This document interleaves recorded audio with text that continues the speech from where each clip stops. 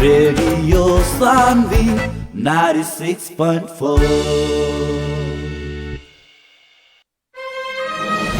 Radio Sanvi 96.4 megahertz को यो हो दैनिक सन्ध्याकालीन प्रस्तुति कार्यक्रम सवाल जवाब।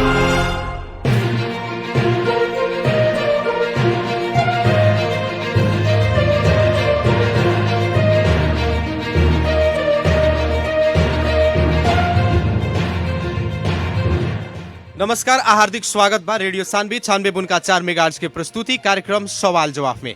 कार्यक्रम सवाल जवाब के साथ उपस्थित हो चुकल बानी हम कार्यक्रम प्रस्तोता मुकलेश गदी।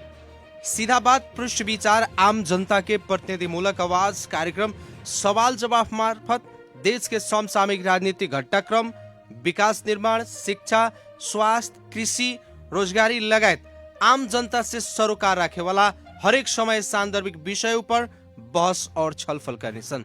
कार्यक्रम सवाल जवाब के आज के बहस और छलफल में खास करके अभी देखल जा रहल बाटे पार्टी परिवर्तन करे वाला एगो जोन ट्रेंड चल चुकल बाटे। राजनीतिक विचार और सिद्धांत एक तरफ, लेकिन क्षणिक में पार्टी बदले वाला काम बहुत तेजी से हो रहल बा। एकर कारण का हो, ऐसे काहे हो रहल बाटे, ये सब विषय में आज बहस और छलफल करे के खातिर सहभागी करीले बानी सन नेकपा एमाले पर्सा के नेता वीरेंद्र प्रसाद यादव जी के। विगत मधेशवादी दल से, मधेश आंदोलन से राजनीतिक यात्रा, राजनीतिक चर्चा परिचर्चा बोटलन और खास करके विगत में जनता समाजवादी पार्टी नेपाल के नेता रह चुकल। विगत में अगर देखल जाए कुछ महीना पहले माओवादी केंद्र में वहां के प्रवेश कैले नहीं और अभी आके फिर इन्हें तत्काल नेकपा एमाले में प्रवेश कैले मानी। आज उहे सामने के विशेष बातचीत हुई कार्यक्रम सवाल जवाब में। स्वागत करे के चाहे वीरेंद्र यादव जी के। वीरेंद्र सर, स्वागत बा कार्यक्रम सवाल जवाब में। धन्यवाद। का हो रहल बाटे जी? अभी तो बैठकीय बा जी, अभी बैठक चल रहल बाटे जी। पार्टी के काम धंधा में आदमी थोड़ा सक्रिय बा, पार्टी के काम धंधा में लागल बा। जय मधेश से एक बैग अभी अपने के लाल सलाम कहे के पड़ता, कैसन लाग रहल बा जी? जय मधेश, लाल सलाम, जय नेपाल एगो कोनो इशू ना ह। का बा जी समय सिचुएशन यही देश के भीतर में कुछ लोग जय नेपाल, कुछ लोग लाल सलाम, कुछ लोग अभिवादन, कुछ लोग जय मधेश भी करेला। वही सिलसिला में आज लाल सलाम, जय नेपाल का बोलता जी जय मधेश भी कोनो इसन लम्हर इशू वाला बात ना भाई। लेकिन पार्टी परिवर्तन देखल जाए तो मतलब 6 महीना के भीतर में खास करके अपने पहले मधेशवादी दल से जनता समाजवादी पार्टी से नेकपा माओवादी केंद्र में गई, ओकरा बाद नेकपा एमाले में भी प्रवेश कैले बानी। कारण का हो, काहे इतना लगातार पार्टी परिवर्तन करे के पड़ता? सबसे पहले तो कहा कि मुकेश जी अपने के ई जनता ई श्रोता में ई चीज होके के पड़ल कि हमनी के जौन पार्टी में एगो सोच रहे, जौना सोच के तहत अहो रात दिन रात खट के आदमी काम कैलक। लेकिन का बा कि राजनीतिक एगो संन्यास लेवे खतरा राजनीतिक में गतिविधि होके के चाही कह के सबकर सोच है कि राजनीतिक जब हम करतनी तो हमार कोनो लक्ष्य बा, कोनो उद्देश्य बा, वो उद्देश्य के तहत ही राजनीति कइला। लेकिन अभी तो राजनीतिक उद्देश्य चाहे राजनीतिक सिद्धांत नेता लोग महिला नहीं के जो मन करता जौन विचार सिद्धांत के अपना ली, जौना बेरा मन करे पार्टी प्रवेश कर ली। हम अपने के बताओ तनी तो का बा कि हमनी के बिना निस्वार्थ मधेशवादी दल के एजेंडा पर विभिन्न लोग विभिन्न जगह से एथी होके एगो मधेशवादी दल के नाम पर एगो अधिकार प्राप्त करे खतरा, मधेसी जनता के अधिकार दिलावे खतरा एक जगह जमा भइल जी। लेकिन जमा भइले के सिलसिला में अपने सबके मालूम होके के चाहिए कि आज वो आंदोलनकारी कहाँ बा, केकरा संगे बा, वो आंदोलनकारी के का बाध्यता भइल। आंदोलनकारी आज जसपा छोड़ दिलक, अपने लगन भी मीडिया में बानी, अपने लगन की भी सरकार वाला विषय बा, अपने लगन की भी जानकारी होके के पड़ल चीज कि जौना बेरा मधेसी के मौ अक्षर कहे वाला लोग ना रहे, वो बेरा अहो रात खट के मधेसी जनता के कन्विंस करके मधेसी जनता के लाइन में ले के अधिकार प्राप्त करे खतरा अधिकार में से वंचित लोग के एगो बहुत बड़ा तादाद के जोड़ के आदमी काम कैलक। लेकिन अवसर प्राप्त के जब समय आई, जब राजनीतिक कई तक तो वो समय में कहीं न कहीं बिल्कुल रूप से नेतृत्व बेईमान दिखाई दिलक। नेतृत्व ये मामला में बेईमान दिखाई दिलक कि आंदोलन के पार्टों अलग छुटिया दिलक, ठेकेदार तस्कर जैसन लोग जे मतलब कि कहियो आंदोलन से झाल में देख के आंदोलन केंग होता मधेसी जनता का मांगत हटे कह के एगो मतलब कि वो टाइप के जो लोग रहे वो पूरा हावी हो गई। आज जे भी आंदोलन कैलक, जे भी आंदोलन से जुड़ल मधेसी जनता के हक अधिकार खातिर लड़लक, ओकरा के पखा लगावल गई। तो ऐसे का बा कि आदमी के कोनो काम करे खतरा रहर ना होला, बाध्यता होला। हमनी के मधेशवादी दल लेकिन अभी जो चुनावी ट्रेंड देख रहा बा, जैसे अपने कहने की अवसर ना मिलल कि अपने लगन के टिकट ना मिलल जेकरा कारण से पार्टी छोड़े के अवस्था आ गई। अच्छा देखा जाओ, टिकट अवसर टिकट मान ली सब कोई के नानू मिली।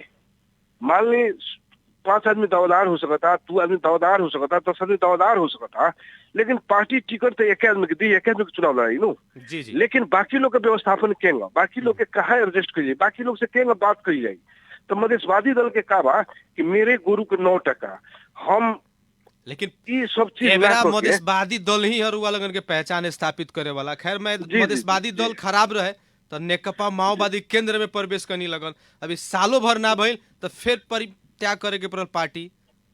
जी, अब ओकर भी कारण हम बताओ अपने से जी। का बा कि हमनी के संघर्ष के साथ साथ हमनी के बहुत लंबा समय जसपा के भीतर रह के काम कैनी सा। वहाँ मतलब कि ऐसा लोग के हावी देखल गई, ऐसा लोग के प्रवृत्ति वहाँ मतलब के आंदोलनकारी के साइड कर गई, जौना के कारण हमनी के सोचनी सा कि मधेश के मुद्दा से नेकपा माओवादी के मुद्दा एगो मतलब कि मिलता जुलता एगो कुछ सोच विचार पर बात कह के एथी कही। लेकिन ओकरा भीतर जब हमनी गईनी सब तो ओकरा भीतर भी गईनी से तो वहाँ के पोजीशन जो दिखाई दिलक तो कहीं न कहीं बिल्कुल रूप से कहल जाओ तो संगठन ना बनावे के, संगठन में काम ना करे के, जिम्मेवारी ना देवे के, सिर्फ एगो गरी खाए वाला रास्ता मात्र दिखाई दिलक।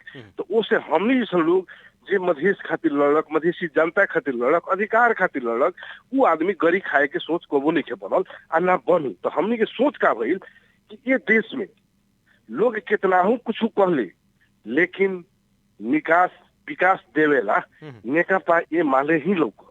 तो ऐसे हमनी के सोचने से कि देश के निकास और विकास करे वाला पार्टी में हमनी के काहे न रह जा। अब वीरेंद्र जी यहाँ बात कथी आ रहल बाटे कि एगो समय उहे केपी शर्मा ओली के अपने लगन नाराबाजी कैनी, गाली गलौज कैनी, पुतला दहन कैनी, लेकिन आज ओकरे सामने सर झुका के टीका लगाओ में अपने के जमीर कैसे मान गए?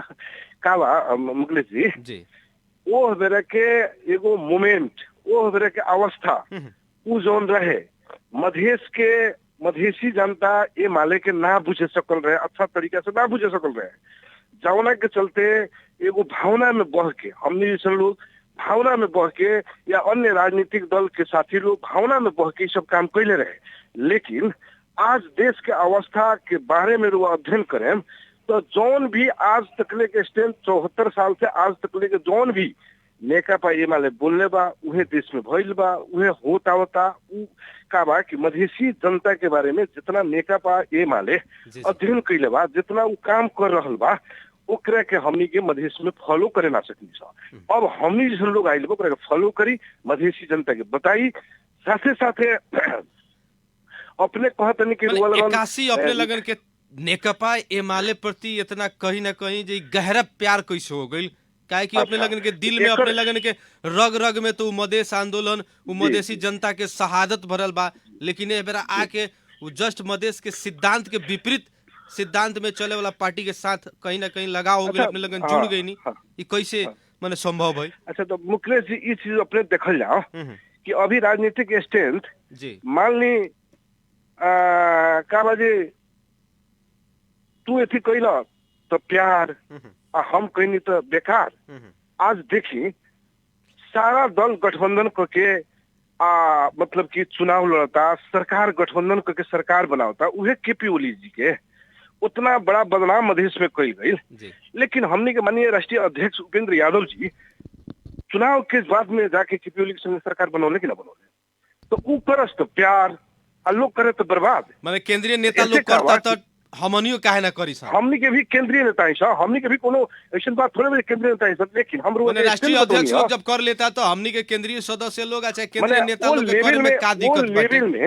वो लेवल में आवश्यकता औचित्य के आधार पर काम हो सकता। तो हम जौना ग्रास रूट में बानी, जनता के चाहना आकांक्षा, जनता के अनुभूति दिलावे खतरा, जौन पार्टी यहाँ वर्कर, जौन पार्टी यहाँ काम करत हुई, वो पार्टी के साथ सहयोग लेके देके जनता के दैनिक कार्य में काहे ना हम अपन योगदान देम।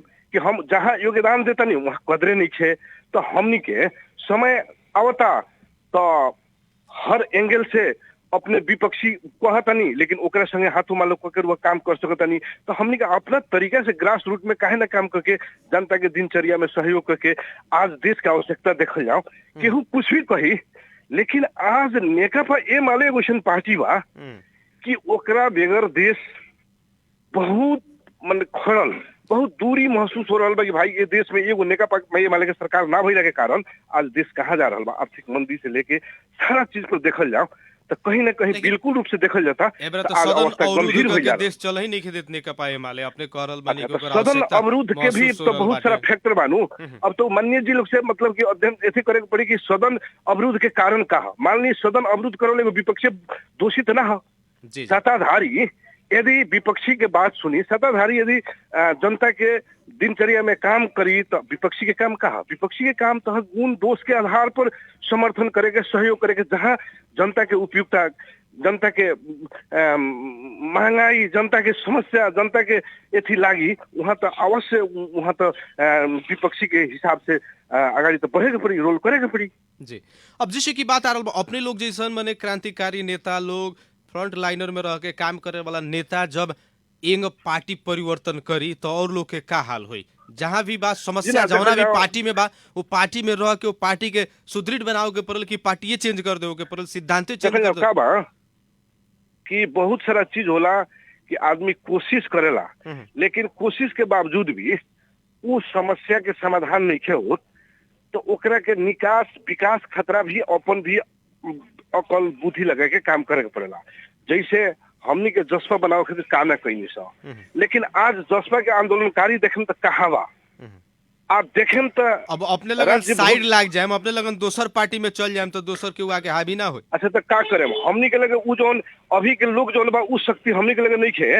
हमनी के तो शुद्ध विशुद्ध पार्टी के काम करे वाला, ईमानदारी पूर्वक जनता में रहे वाला, आंदोलन करे वाला, संघर्ष करे वाला लोग, अब हमनी के लगे उ गुण नहीं खे जौना गुण से और लोग प्राप्त कैले बा उ चीज तो हमनी के लगे नहीं खे। तो जौन हर पार्टी में तो उहे हाल बाटे, जे एकरा पास पैसा बाटे ओकरा पास कोनो भी पार्टी बा चाहे ओकरा पास टिकट बा। कहतनी पैसा के बात हम ना कहनी है, हम पैसा के बात ना कहनी है, हम ये बात कहनी है कि अभी के जोन स्ट्रेंथ दिखाई देता, अभी के साथी लो जोन आगाड़ी बढ़ल बा, अब कौना आधार से बढ़ल, ओकर बेस का रहल, जनता में ओकर लगानी का रहल, ओकर कहाँ से लगाव भइल, माने कौना तरीका से आज मतलब कि सारा चीज कहल जाओ तो जे मधेश के मुँह अक्सर कहे वाला ना रहे, जे मधेश के मुँह अक्सर सुने वाला लोग ना रहे, आज उहे मधेशवादी दल के बहुत बड़ा नेता, बहुत बड़ा क्रांतिकारी लोग बा। आज जे अपन अहोरात खट के अपन खून पसीना जान के परवाह न करके जे आज काम कैलक से दर के ठोकर खा के रोड में रोड छाप होके और रहर ना बाध्यता के तहत वो अपन संरक्षण के लोग के जोन आकांक्षा बा, लोग के जोन चाहना बा, उस चाहना पूर्ति करे के उद्देश्य से अपन ऐसे कैलक तो बदनामी। एकर मतलब अभी के अवस्था में राजनीतिक सिद्धांत चाहे राजनीतिक विचार के कोनो वैल्यू नहीं के, व्यक्तिगत स्वार्थ के आगे, सत्ता स्वार्थ के आगे और कुर्सी के आगे, टिकट के आगे। देखिए मुकेश जी, अपने से हम कहिए देनी है कि रउआ लाख काम करता नहीं, लेकिन ओकरा पीछे भी कहीं ना कहीं स्वार्थ तो बानू। रउआ मान ली कि आज योगी जी जैसा आदमी जी आज देश के मतलब कि एगो प्रांत के मुख्यमंत्री, जेकरा मतलब कि ये दुनिया से मतलबे नहीं है, वो आदमी देश के मुख्यमंत्री बा। तो मान ली कि जे आदमी सारा जिंदगी सारा चीज जनता के बीच में अपन लगानी करता, जनता के बीच में अहो रात खटता, काम करता, तो ओकर अंतिम उद्देश्य तो उहे न होला कि एक बार जनता से मैंने मिले के चाहिए, जनता में जाए के चाहिए। तो एकरा से जब वो वंचित कर दें तो सारा दिन, सारा समय, सारा दिनचर्या का आंदोलन से प्राप्त हुई। तो ऐसे कहा बा कि वो परिस्थिति सृजना कहीं ना कहीं अन्य साथी लोग के द्वारा, पार्टी अध्यक्ष लोग के द्वारा ये हो जाता है, जेकरा कारण से एबरा आके पार्टी परिवर्तन करे के पड़ रहल बाटे। जी जी, हमनी के काबा अब का पार्टी परिवर्तन गारंटी के बाटे उद्देश्य बा। वीरेंद्र यादव जी, बतावल जाओ कि अपने जैसे विगत के दिन में जसपा छोड़नी, नेकपा माओवादी केंद्र छोड़नी, अब नेकपा एमाले ना छोड़े में कर का गारंटी बा? एकदम एकदम का बा कि जब मछली जब बाढ़ के पानी से जब दहत दहत आवेला और वो जब सुपली में आ जाला तो मछली एथी हो जाला, वही टाइप से हमनी के भी जौन जौन देखनी सन, भावना में बगनी सन लागल। लेकिन अब हमनी के अस्थिर घर में, बहुत बड़ा घर में आके ढूक गइल बनी सन, जहाँ एकदम अहो रात दिन रात जे जहाँ बा जनता के काम में ही व्यस्त बा। सारा लोग जनता के निकास, जनता के विकास, जनता के समग्र सेवा केंग हुई, 84 मिशन केंग पूरा हुई, केंग नहीं मतलब कि जनता के दैनिक काम काज में एथी हुई। तो ऐसे काबा कि अब निकले के, जाए के, कहीं दूर होके के कहीं कोनो इतने के पार्टी जौन जिम्मेवारी जहाँ दी, जहाँ खटाई, जहाँ लगाई, ईमानदारी पूर्वक जी ईमानदारी पूर्वक देश जनता पार्टी के भीतर रह के काम करे के बाद अब कोनो दया बया ना हुई। अब जैसे कि देखल जाए नेपाली कांग्रेस के बाद अगर देखल जाए तो सबसे ज्यादा नेता लोग गोटाइल नेकपा एमाले भी पार्टी बा, वहाँ भी बहुत पुराना नेता लोग अभी लाइने में बाटे। तो अपने लगन के फिर जगह मिली कि ना मिली, का गारंटी? अच्छा तो का बा कि रुआ एने अध्ययन भइल कि ना भइल, बहुत सारा चीज बा कि रुआ संसद बानी, विधायक बानी, कोनो राज्य के पोस्ट पर बानी तो रउरा पार्टी के अध्यक्ष नहीं बन सकत, सचिव नहीं बन सकत, ऐसा बहुत पार्टी के नीतिगत निर्णय बा। अभी फिलहाल आइल निर्णय जी नीतिगत निर्णय बा। रुआ 2 बेर चुनाव लड़ लेम तो तीसरका बेर रुआ के दोसर के मतलब के अवसर दियाई। तो आजे काल है मान ली जहाँ 22 वर्ष, 17 वर्ष, 18 वर्ष कंटिन्यू काम कइल गइल, वहाँ मूल्यांकन ना भइल। तो अभी जाते मात्र में 2-4 साल में, 1 साल में, 2 साल में कुछ प्राप्त हो जाए, कुछ मिल जाए कह के, और जितने अपेक्षा रखे उतने टेंशन हुई। तो अभी कोनो किस्म के टेंशन ना, अभी अहो रात दिन रात खट के जेंगे हमनी के मधेशवादी दल में, जेंगे माओवादी में अपन योगदान के देहनी सन, अपन काम कैनी सन, वो टाइप से नेकपा एमाले के भीतर यदि काम कैल जाए तो ई एगो ऐसन पार्टी बा कि एकरा में कोनो किस्म के भेदभाव, कोनो किस्म के अपमान, कोनो किस्म के ना, एकदम हमनी के राष्ट्रीय अध्यक्ष जी कहले ना कोई नया ना कोई पुरान, एकदम जे माने यहाँ अपने लगन के भविष्य सुरक्षित देखल जा रहल बाटे।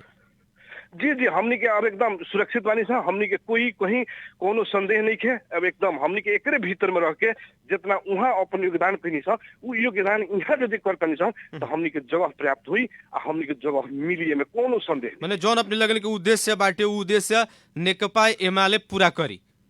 जी जी एकदम करी। का कहे के चाहेम जाते जाते? जी हम यह कहेम कि अभी के हमार ये बोली सुने वाला श्रोता जनता के हम ये चीज आगाह करे के चाहेम कि अब कोनो विकल्प नहीं है। आवे वाला 84 मिशन में देश के निकास, जनता के विकास, समग्र के रक्षा नेकपा एमाले में भइले के कारण सब लोग के एगो मोटिवेशन, सब लोग के एगो चाहना अब नेकपा एमाले के भीतर में आके नेकपा के सहयोग करके बैलेट से प्राप्त करके आ बैलेट से मत अपन दे के एगो अच्छा 51% के जो एथी बाटे 2/3 बहुमत के सरकार बना के नेकपा से ये देश के निकास और विगत में भी तो 2/3 के बहुमत देले रहे नेकपा के, लेकिन चलावे ना सकल। देश में कैसन कैसन अवस्था ले आ गेल। परिस्थिति देखी का बात गिरजा बाबू के चीज के फिर परिकल्पना कर रहल बानी। देखेम सब संसद विघटन के कहम तो पीएचडी कइल शेर बहादुर देवा जी के लगा अनुभव रहे ना रहे, वो बात थोड़े बा। लेकिन शेर बहादुर देवा जी संसद विघटन में पीएचडी कइले बड़न, उनका पर कोनो आरोप नहीं है। केपी ओली जी एक बार संसद विघटन कइले, माने एक बार के गलती करते लगता चली वो गलती के हमनी भी कइल जा ना तुरंत चुनाव करा के जनता के निकास देवे के खतरा तो विभिन्न चार्ज लागल। तो ऐसे का बा कि हमनी के ओने ना जाए जाओ, हमनी के ई आह्वान करें हम जनता के कि हमनी के सब कोई ईमानदारी पूर्वक लाके एक बार मौका दियाओ आ उ मौका के प्रतिफल नेकपा एमाले दी अपने सबके जनता के निकास विकास सब कर साझा काम नेकपा एमाले करी। ऐसे सब कोई विश्वास करके अपन अमूल्य समय एमाले में देहल जाओ। चलिए, बहुत बहुत धन्यवाद समय और संवाद के खातिर। जी धन्यवाद। धन्यवाद। आपने भी हमारी बात श्रोता में रख देनी, एकरा खातिर बहुत बहुत धन्यवाद। जी धन्यवाद। आदरणीय जन समुदाय, कार्यक्रम सवाल जवाब के आज के बहस और छलफल, खास करके अभी नेपाल में एगो ट्रेंड आ गई बाटे, कौनो भी अपने पार्टी के सिद्धांत ओकर विचार अंगीकार करी, लेकिन वहाँ वो पार्टी से अपने के फिर दोसर पार्टी के सिद्धांत और विचार अपनाओ में समय नहीं लागत।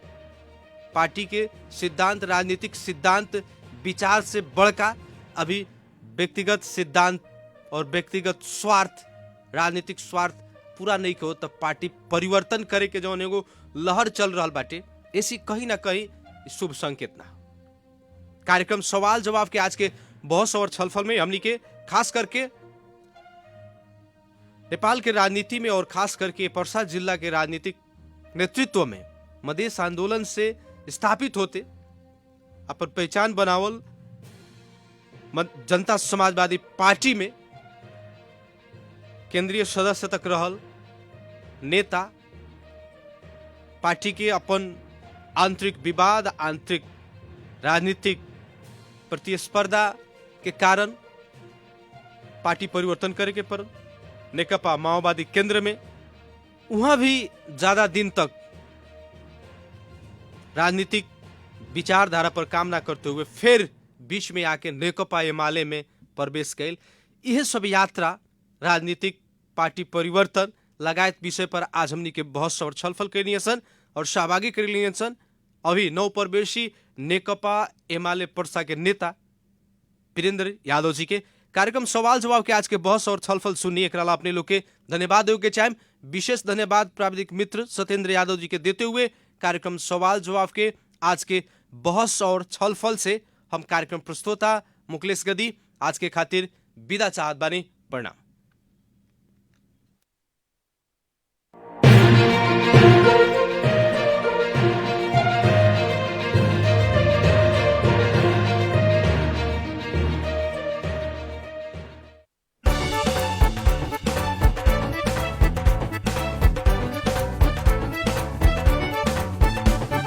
नेपाली मन मनको आवाज हो यो रेडियो सान्वी